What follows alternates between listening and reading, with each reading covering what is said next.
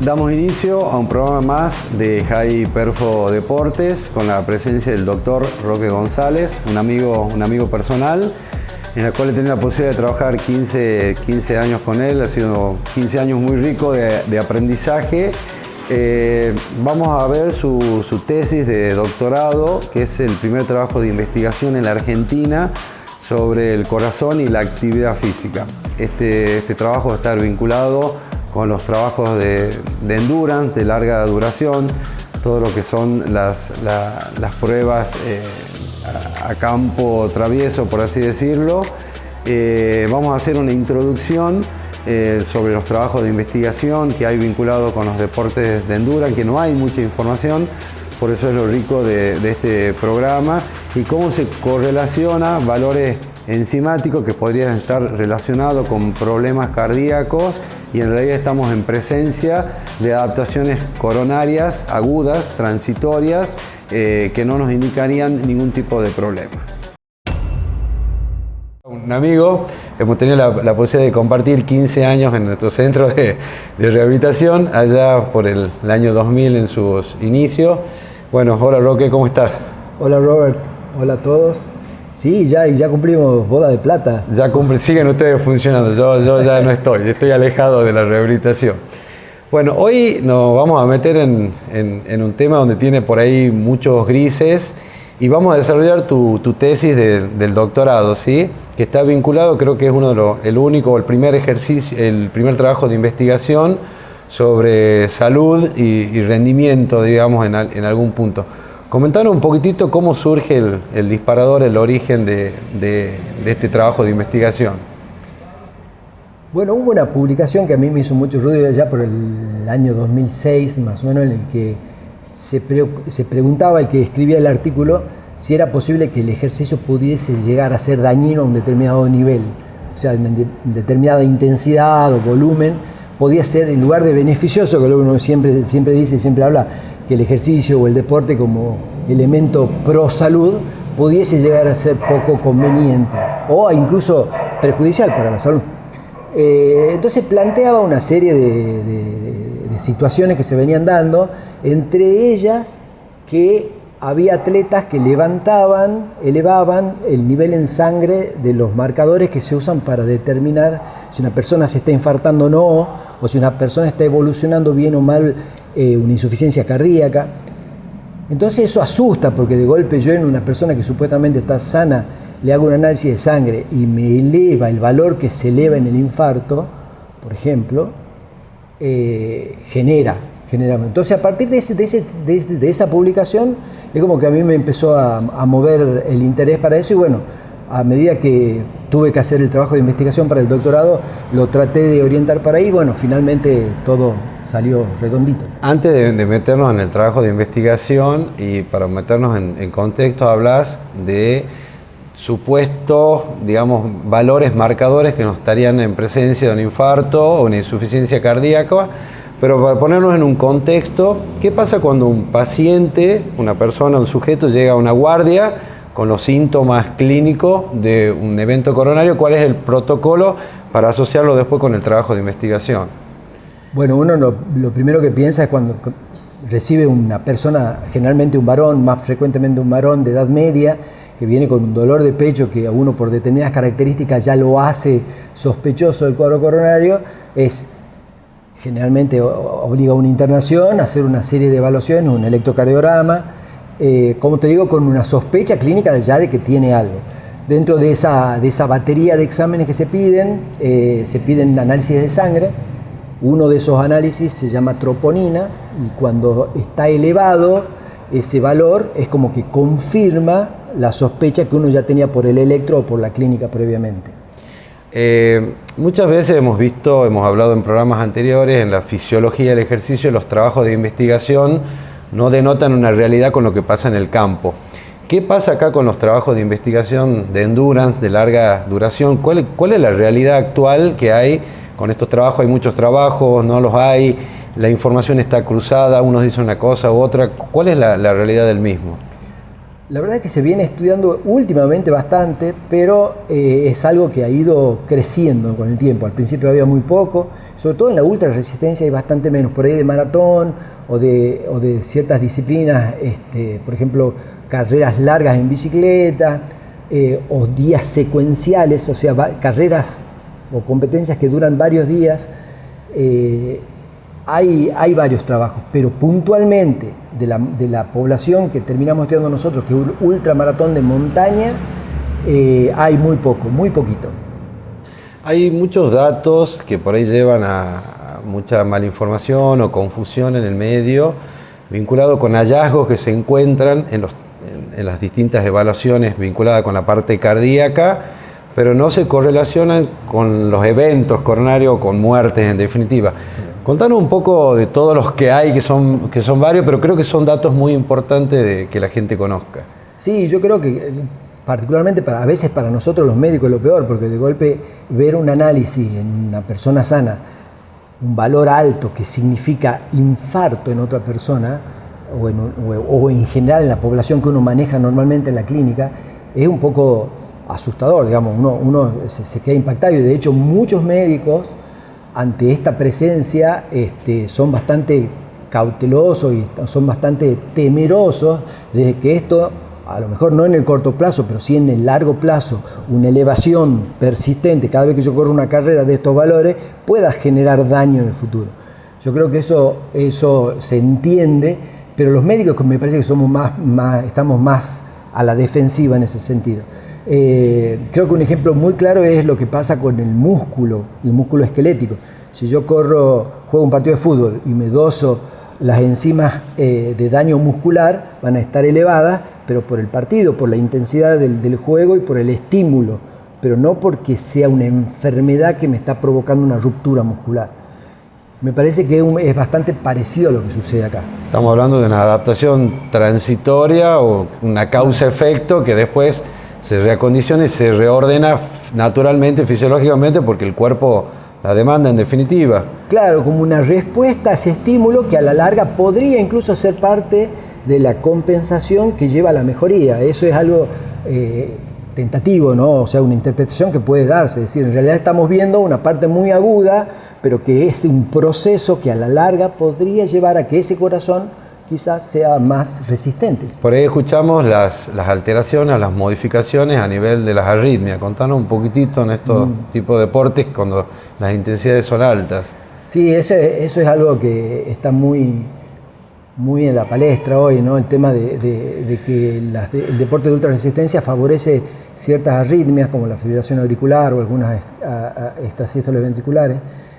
Y es cierto, se ve en mayor incidencia de estas arritmias, pero terminan siendo, digamos, con poco compromiso clínico, no dando demasiados eventos. O sea, es una arritmia que termina siendo relativamente benigna. Lo que pasa es que de golpe un deportista, uno espera que no tenga una arritmia.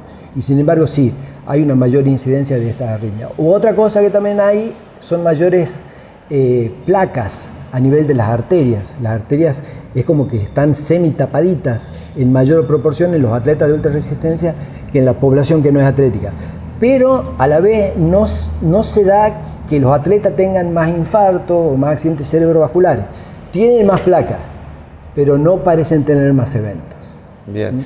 He tenido la posibilidad de, a lo largo de esos 15 años en rehabilitación, estar con deportistas donde tenían adaptado, se producían en realidad modificaciones de la pared del ventrículo, donde para una persona sana, normal, sedentaria o que hace actividad, niveles básicos de actividad física, eran anormales y estaríamos presencia de, contanos un poco esa adaptación ventricular que se da mucho en los deportistas de alto rendimiento.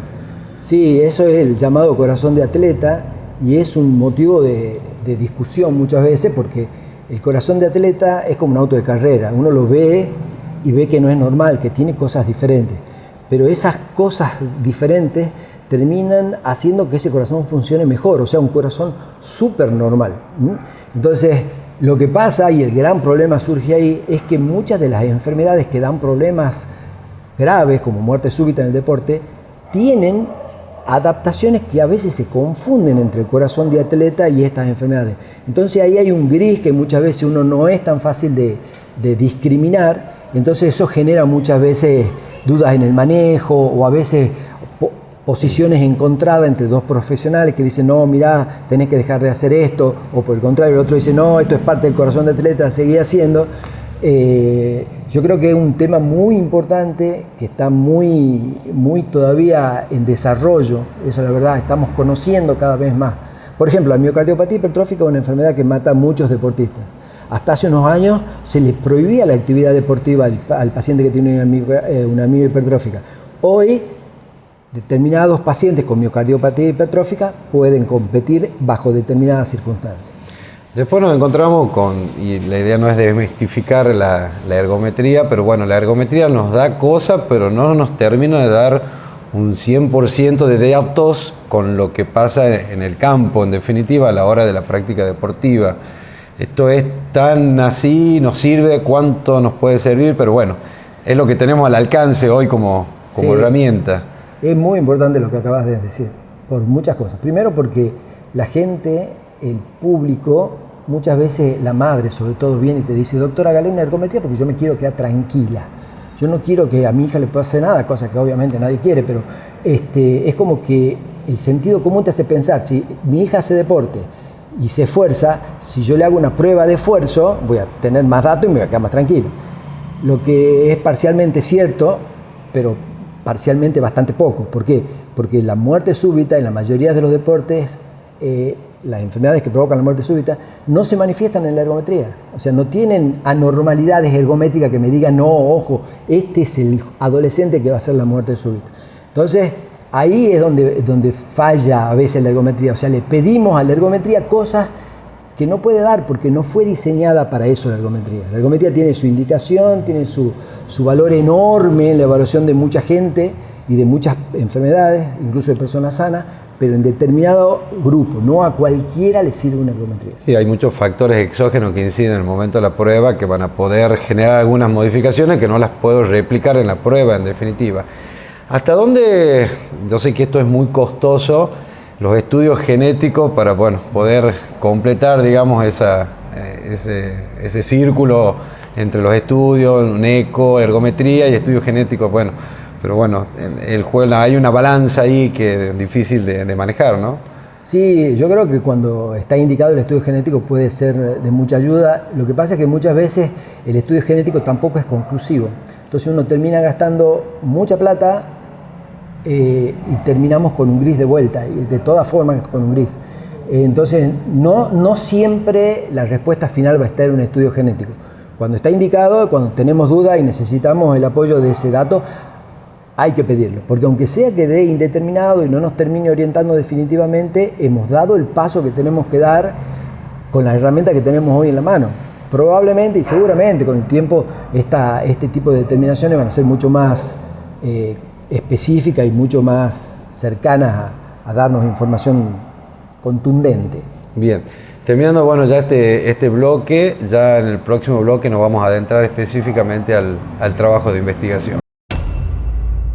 Damos inicio ya a este segundo bloque donde hablaremos específicamente ya del trabajo de investigación sobre el doctorado. Creo que contanos un poco la población, cómo estaba comprendida en este trabajo de investigación. Bueno, como era un trabajo de investigación fundado, apoyado únicamente por el bolsillo particular del investigador, teníamos limitados los recursos. O sea, yo no podía investigar a más personas porque no tenía más reactivos. O sea, podía investigar a 20 atletas. Esa era mi capacidad de trabajo, 20 atletas. Entonces teníamos que buscar una población que corra una ultramaratón de montaña, pero que sea de nuestra acá, tucumana, porque íbamos a investigarla acá en Tucumán. Entonces, acá la verdad que tengo que agradecerle mucho a la población, a cada uno de los atletas que participó, porque fueron 20 gladiadores en la carrera y encima se bancaron venir a hacer los controles inmediatamente después o al día siguiente que había que hacer las otras. Se portaron todos, sin ningún tipo de excepción, todos se portaron espectacular Y muchos de estos corredores venían el profesor Sergio Acuña, que fue una de las academias que participó, la doctora Agustina Balsa también participó activamente con algunos deportistas. Entonces es gente a la que mucho le debo de esa ¿Qué antigüedad tenían en experiencia en entrenamiento, haber corrido este tipo de pruebas? Era bastante dispar, pero grupalmente el promedio le dio 4 años de entrenamiento. No haciendo ultramaratón de montaña, pero sí corriendo o haciendo trekking. La distancia de las pruebas, sé que había 2 distancias. Sí, había 2 distancias que se llamaban en realidad 40 y 60 kilómetros, pero en realidad la de 40 terminó siendo de 49 y pico, y la de 60 61. Bien. O sea que eran, digamos, no tan diferentes en cuanto al estímulo, pero sí, eran dos distancias separadas. 20 competidores en total, de las cuales 4 mujeres y 16 varones. Para ir entendiendo también un poco la relación de la intensidad y con algunas las respuestas que encontré, los resultados en definitiva que encontraron, ahí hay una variable en el medio que es la altura. Un poco comentarnos también parte de la característica de las pruebas. Sí, a mí me parecía importante que la ultramaratón sea en la montaña, porque al ser en la montaña la altitud da un estímulo mucho mayor, no solamente en cuanto a la intensidad del esfuerzo que hace uno que no está acostumbrado a la altitud, sino que también aumenta la presión de la arteria pulmonar, y eso tentativamente elevaría más uno de los marcadores que iba a buscar. O sea, para mí era muy importante que sea en la montaña. Pasaron el punto de corte de los 3.100, 3.200 metros. 3.200 metros era la altura máxima, 3.200, 3.300 metros era la altura máxima a la que llegaban, saliendo de 1.900. Y bueno... Contá un poco a la gente qué pasa a partir de los 3.200 en términos generales. En general, cuando uno empieza a hacer un esfuerzo, cualquiera, ¿no? En el llano, la presión de la arteria pulmonar, que es la arteria que lleva sangre venosa, empieza a aumentar. Mientras yo más esfuerzo hago, más sube la presión de la arteria pulmonar. Ahora, si a eso yo le sumo que ese esfuerzo está hecho en la altura, la presión de la arteria pulmonar sube más. Entonces, el esfuerzo a que el ventrículo derecho está sometido es mayor. O sea que yo estimaba, la hipótesis de trabajo era que eso me iba a servir para elevar más el valor de ProBNP, que era uno de los marcadores que estudiaba. Bien, antes de entrar a los marcadores, contar un poco el protocolo de admisión, qué es lo que se evaluó días antes y durante, definitiva y después de la carrera. Bueno, le hacíamos una evaluación médica completa, obviamente tratábamos de que no se nos ensucie la muestra con alguno que tenga una enfermedad o algún problema de base. Entonces le hicimos una evaluación clínica completa, le hicimos un electrocardiograma, una ergometría, un ecodoppler y un análisis de sangre también completo, junto con estos marcadores que íbamos a medir después, para quedarnos tranquilos que efectivamente estábamos con una población sin elementos que puedan confundir los resultados. Eso se hizo previo a la competencia. En el momento en el que llegaba el competidor a la llegada, digamos, completaba la competencia, le sacábamos sangre de vuelta, le hacíamos un electrocardiograma de vuelta, y después, a las 24 horas, se le hacía de vuelta lo mismo.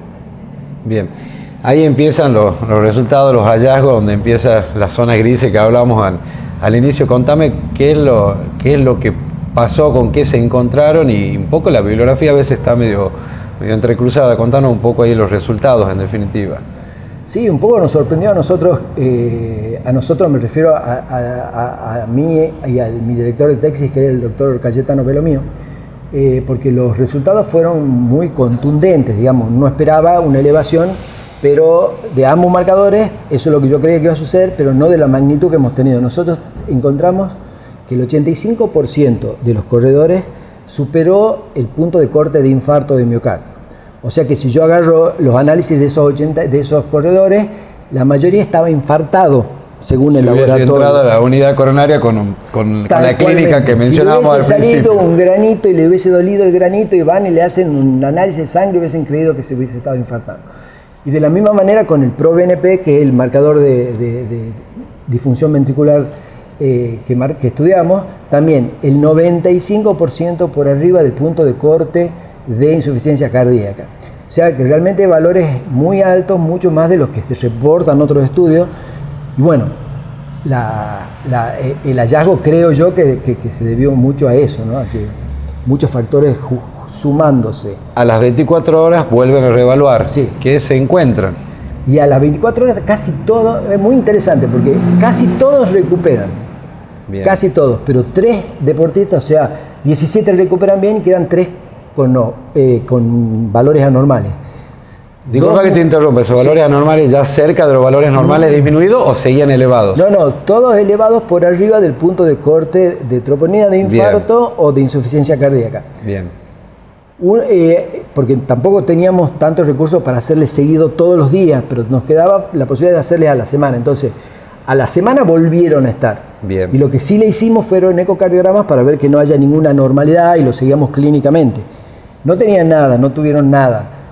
Salvo una de las competidoras que mantenía alto uno de los valores, terminó con diagnóstico de sobreentrenamiento a la semana, que no sabemos si tuvo alguna relación con porque no está descrito en la bibliografía que sirva para esto o que se utilice para esto, pero sí fue un hallazgo que nos llamó la atención y que bueno, ahí está para que alguno... Acaba de mencionar algo que creo que puede ser un disparador a futuro, que creo que la ciencia no lo contempla, cómo determinar a través de estos valores, estos análisis, obviamente es mucho más complejo lo que habría que investigar, para determinar si estoy apto para volver a un 100% a seguir entrenando. ¿Cuánto sería el tiempo de descanso? Bueno, tenemos ahí un valor de referencia como que deja ahí algo de entrever estos valores. Totalmente. Yo creo que una de las cosas que nos dejó este trabajo fue ¿por qué no pensar mal, digamos? ¿Por qué no pensar algo? Le estamos haciendo daño a casi todos estos deportistas. ¿Por qué? Porque se recuperan muy rápido. La persona cuando se infarta tiene estos valores elevados y lo mantiene varios días. Acá no, al día siguiente ya la mayoría lo normaliza. Y lo normaliza con el corazón perfecto, con el corazón andando bien, sin que haya ninguna clínica, el electrocardiograma no cambia, o sea, no es que se esté infartando, o sea, claramente no pasa por ahí, pero está marcando algo. Entonces eso es probablemente, y eso habría que ver si uno puede de alguna manera... cuantificar, digamos, sí, claro, correlacionarlo con el rendimiento. Y claro, en una de esas nos estado. Está marcando y nos está diciendo, mirá, todavía no estás en condiciones de volver a la carga, tenés que darle tiempo para no ir al sobreentrenamiento, para no sobrecargar o cargar de manera inadecuada. Sí, sobre todo en los deportes así tan extremos, tan intensos, o en deportes como donde tienen exigencia de 2-3 partidos por semana, que suele pasar en el fútbol, suele pasar en la NBA. Entonces, bueno, creo que ahí hay un dato importante a tener en cuenta a futuro, como y es una forma también de estratificar la lesión, en definitiva, porque va todo acompañado, va de la mano. Sí, yo creo que la verdad hay poco, se estudia poco esto en realidad, y en los deportes de mixtos en general, en los deportes, el fútbol, el rugby, el básquet, se estudia menos todavía, no es una línea de investigación que esté muy desarrollada. Yo creo que es interesante. Ahora, como uno tenía una hipótesis de trabajo de inicio, que por ahí uno la comprueba o no, nosotros sí la pudimos comprobar, por ahí no es tan fácil una hipótesis de trabajo de inicio con estos marcadores en básquet, por ejemplo, pensando. En la troponina sí, y hay trabajo en basquetbolistas de troponina, y también se elevan. Pero bueno, la idea mía pasa más en pensar que hay una serie de hallazgos que no conocemos. Sí, ahí siempre cuento como anécdota, y bueno, recién hablábamos antes de empezar el programa, yo te contaba el caso que nos daba el doctor Ricard, de un deportista que corría durante 24 horas de La Plata a Buenos Aires permanentemente, y faltando 2 horas para completar las 24 horas, se plantó y se encaprichó que quería comer milanesas con papa frita y huevo frito, en contra de todo el protocolo que venía, y en definitiva el tipo no siguió corriendo hasta que no le pusieron el plato, y siguió la prueba y la terminó después de haber generado, digamos, esa demanda que su cerebro le requería en el momento. Pero en definitiva lo que voy al ejemplo es cómo el trabajo de investigación en estos puntos tan extremos, tan límite, no hay, digamos, es muy poca la información que se conoce y se puede llegar a muchas conclusiones. ¿Y tu trabajo qué puertas te deja abierta o qué interrogantes hoy?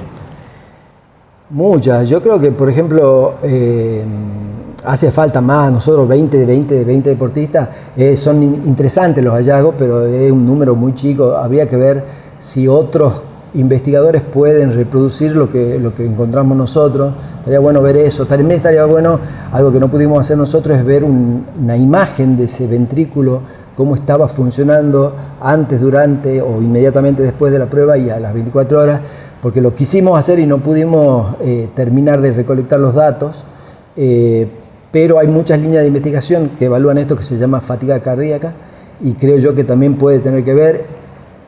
Para mí va para lo mismo, sigue siendo hallazgos de un proceso que terminan en la recuperación de ese, después de un esfuerzo tan intenso. O sea, yo no creo en que esto haya una enfermedad por detrás o una patología. Curiosamente, esto por ahí hablando un poco de la historia de la medicina, el corazón del deporte empieza así, porque un médico sueco agarró y evaluó a estos maratonistas, estos que hacen esquí nórdico. Sí. Y después de que hacían la competencia, porque no tenía otro elemento, los percutía y los auscultaba. Y se dio cuenta que el corazón de estos esquiadores, después de las semejantes competencias, estaba más grande. Entonces él decía, pará, está más grande porque se está adaptando al esfuerzo. Entonces, y todo lo contrario, toda la grey médica que decía, no, es un corazón grande, un corazón insuficiente, por eso anda a menos frecuencia cardíaca, ¿sí? Esta gente se va a morir. Y él estaba viendo el corazón de atleta solamente con el sentido común, con la percusión y la ocultación. Entonces yo creo que parte o algo similar a eso es lo que nos pasa a nosotros. Nos asustamos porque vemos cosas anormales sin tratar de entender que puede ser parte de un proceso adaptativo. Sí, hoy uno ve cosas vinculadas con el rendimiento, de la capacidad del cuerpo de adaptarse en los niveles de fuerza, en los saltos que se da, pero bueno, en el entrenamiento de la fuerza hoy vemos cosas que parecen realmente absurdas y en definitiva está bien, hay un componente genético que ayuda, porque si no es imposible llegar a determinadas cosas, pero en definitiva el concepto es ese, ¿no? Es esa capacidad de adaptarse a, lo cual hay una demanda y algo que se paga transitoriamente, que hoy consideramos que es como miedo cuco, pero en definitiva me estás nombrando que estadísticamente no se producen episodios o eventos coronarios. Tal cual. Bueno, la idea es esa, un poco era informarle a la gente y conocer un poco de la actividad física, el rendimiento, las actividades físicas de alta intensidad y el rendimiento vinculado con la parte cardíaca, bueno, y hoy con la presencia de Roque, así que bueno, muchas gracias Roque por tu presencia, como siempre estás, así que bueno, gracias por todo. Un gusto para todos. Estamos terminando un programa más de Jai Perfo. La verdad que un programa muy rico, con mucha información, con la presencia del doctor Roque González, donde hemos visto su tesis, su trabajo de investigación y hemos dejado de lado y hemos tratado de esos grises que hay vinculados con la actividad física y la alta intensidad, dejarlos de lado y que queden claro. Bueno, espero que les haya servido esta información, que les haya gustado y seguinos por las redes y en el próximo programa vamos a tener un programa muy apasionante, muy importante, que es el uso de los cardiotacómetros.